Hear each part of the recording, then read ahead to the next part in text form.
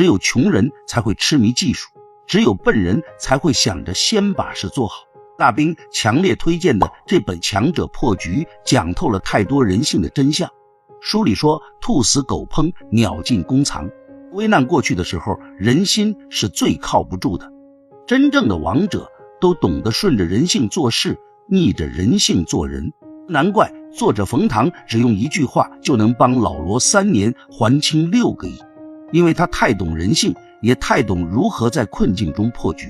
他把《资治通鉴》总结成是和普通人的破局心法，助你识人心、知大事、谋全局。